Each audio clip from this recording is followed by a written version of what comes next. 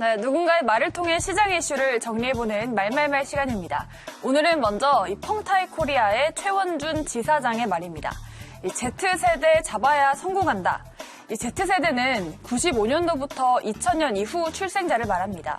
태어나면서부터 디지털을 접하고 또 어른들보다 모든 걸 먼저 경험하고 있죠. 이 최 지사장은 어른들은 Z세대를 이해할 때 선행학습을 한다고 생각해야 된다라고 말하기도 했습니다.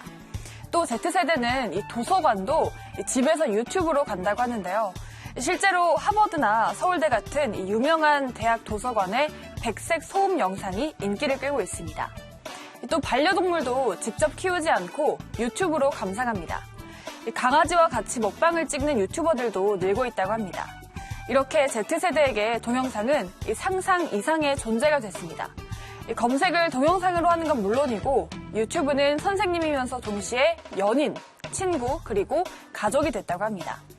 또 광고나 넷플릭스의 다큐멘터리 시리즈까지 이 콘텐츠는 계속 짧아지고 있습니다. 최 지사장은 틱톡이라는 어플리케이션을 예로 들었는데요.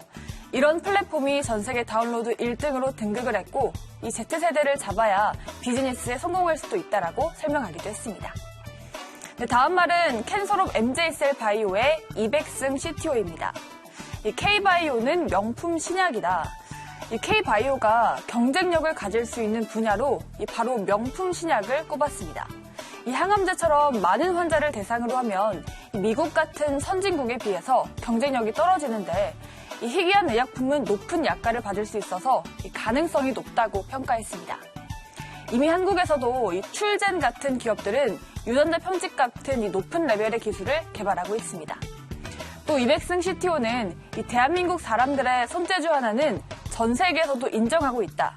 이 때문에 후보물질 발굴 단계에서 이 K바이오는 충분한 경쟁력을 가지고 있다라고 평가했고요. 또 최근에 이어진 이 기술 수출도 이걸 바탕으로 이루어진 것이다. 정부가 이 물질 발굴에 투자를 이어가면 우리나라의 바이오 산업도 급격하게 성장할 수 있을 것이라고 평가했습니다. 또 이백승 CTO는 이 세계 최초의 유전자 치료제 중 하나인 이 진테글로 개발을 담당했었고요. 또 지금은 이 췌장암 신약을 개발 중이라고 합니다. 다음 말도 알아보도록 할게요. 다음은 이재명 경기도지사입니다. 아시아 최고 글로벌 테마파크, 이 화성 국제 테마파크의 비전 선포식이 어제 화성시에서 열렸습니다. 대한민국을 대표하는 랜드마크, 그리고 아시아 최고의 글로벌 테마파크로 조성한다라는 비전이죠. 이 경기도지사를 비롯해서 이 서철무 화성시장, 또 홍남기 경제부총리, 또 정용진 신세계 부회장 등 100명이나 참석했습니다. 화성 국제 테마파크는 이 경기도 화성시에 조성이 될 예정인데 총 4조가 넘는 사업비가 투입이 됩니다.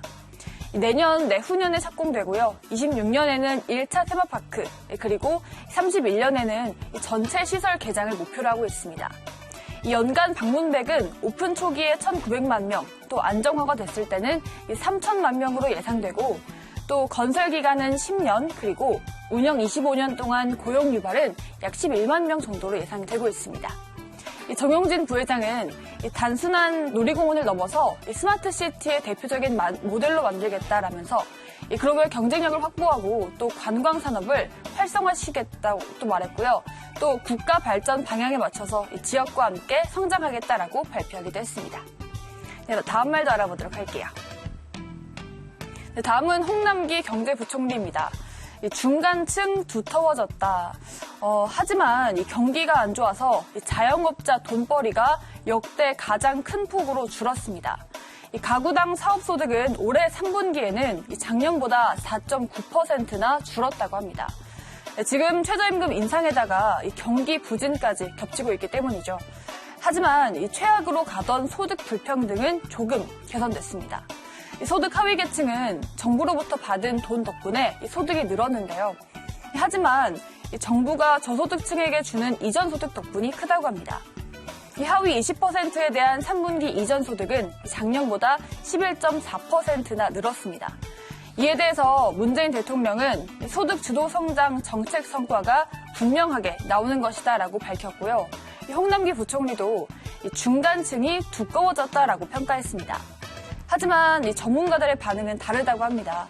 우리 경제를 두고 이 정부와 민간의 체감 온도 격차가 점점 벌어지고 있다는 걱정의 목소리도 나오고 있다고 합니다. 네, 이렇게 오늘장 4가지 핫한 이슈들 알아봤고요. 지금까지 말말말 함께 하셨습니다.